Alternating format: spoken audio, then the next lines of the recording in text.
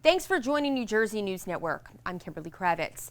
There's talk about making vaccines a requirement for school children in New Jersey. State Senator Joe Vitale says that the state may push to require students to be vaccinated. Vitale said this would include a coronavirus vaccine mandate for school children, which would be preliminary. A separate effort could require students at the state's public universities to get vaccinated.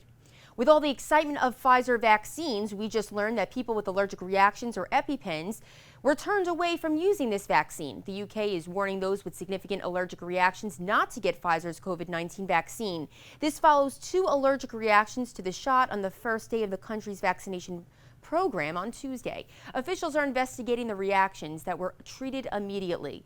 The UK's medical regulatory agency is monitoring the thousands of healthcare workers who were the first to receive a COVID-19 vaccine.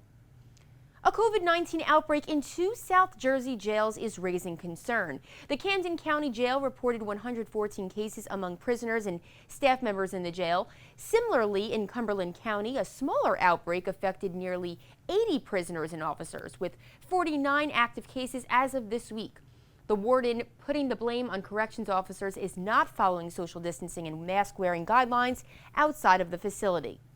Many New Jersey fire departments are facing an even greater obstacle than fighting fires: the COVID-19 pandemic. Emily Young has that story. 30 firefighters here at the Hackensack Fire Department are currently in quarantine, and that's about 30% of the entire force. The fire chief says they're just getting by and meeting the minimum requirements for manpower on shift. Fire Chief Thomas Freeman says they have rigid protocols in place at the firehouse. Firefighters must wear a mask at all times, with the exception of sleeping or eating, and they're constantly disinfecting. But the nature of the job makes it virtually impossible to social distance. Firefighters work in such close quarters, often eating and sleeping in the same space, and then responding to calls in a cramped fire truck. They also cannot keep their masks on at all times because they need to take them off to put on self-contained breathing apparatus masks when on a fire call. The fire chief saying in a statement, quote, "These are just some of the challenges which unfortunately we must deal with while trying to stay safe from this virus." And after 8 firefighters testing positive for the virus, another 22 sent into quarantine. Now, the department usually operates with 24 firefighters on a 24-hour shift. They're now down to 18 firefighters, which is the minimum requirement. Reporting in Hackensack, Emily Young, New Jersey News Network. 5 CVS pharmacies in New Jersey are opening with a new focus on Hispanic culture.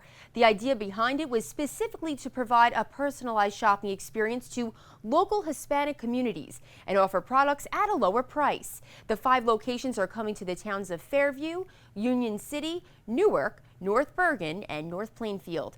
The South Jersey-based retail chain Burlington Coat Factory has agreed to pay nearly $20 million to resolve a lawsuit claiming that the South Jersey firm shortchanged their employees across the country. The proposed settlement, if approved by a federal judge in Camden, would end a 9-year court fight between the retail apparel chain and its assistant store managers. The suit, filed in June 2011, asserted that the managers regularly performed many non-managerial duties that were entitled to overtime.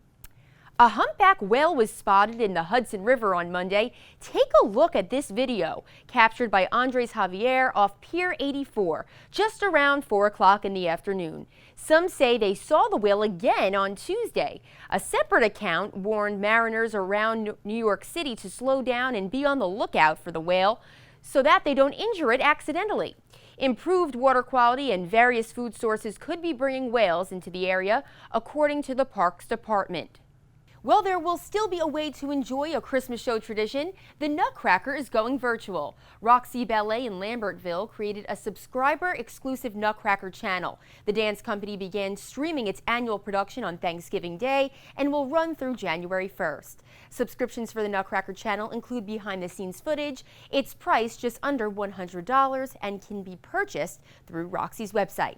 Stay with us for weather updates with Nick and the latest news. Be sure to head over to our website, njnn.tv. You can also download our mobile app if you haven't already, available for your Apple iPhone or Android. Thanks so much for watching. I'm Kimberly Kravitz.